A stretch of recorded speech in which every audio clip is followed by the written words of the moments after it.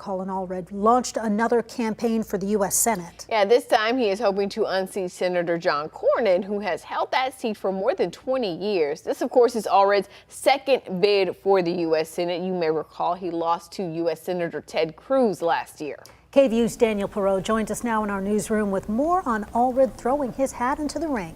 Daniel? Quita and Ashley, Allred is the third Democrat to announce a Senate run for 2026. Former astronaut Terry Virts threw his hat in the ring last week, and Mike Swanson is also running.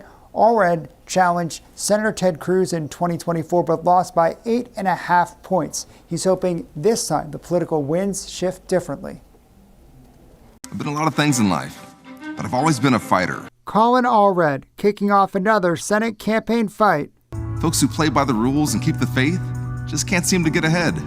But the folks who cut corners and cut deals, well, they're doing just fine. The former NFL linebacker served 3 terms in the U.S. House before his failed Senate bid last year. Allred compares his second Senate run to his efforts to make an NFL roster after going undrafted. It took me 2 tries to make it in the NFL.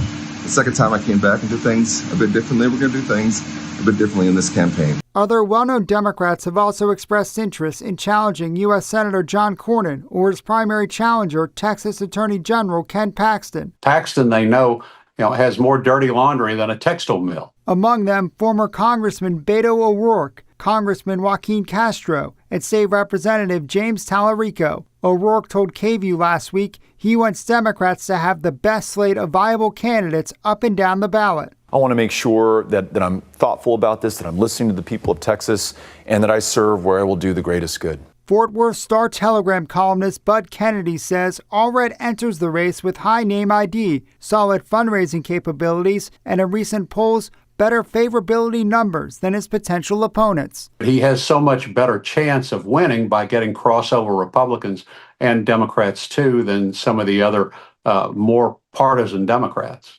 One big difference this time around, the Senate race is at the top of the ticket, meaning Allred and Democrats will need to drum up enthusiasm on their own if they want to win statewide for the first time since 1994. You'll see him go out and stir up more interest and see him try to motivate more Democratic local voters and rally the troops a little bit more than he did in the last election.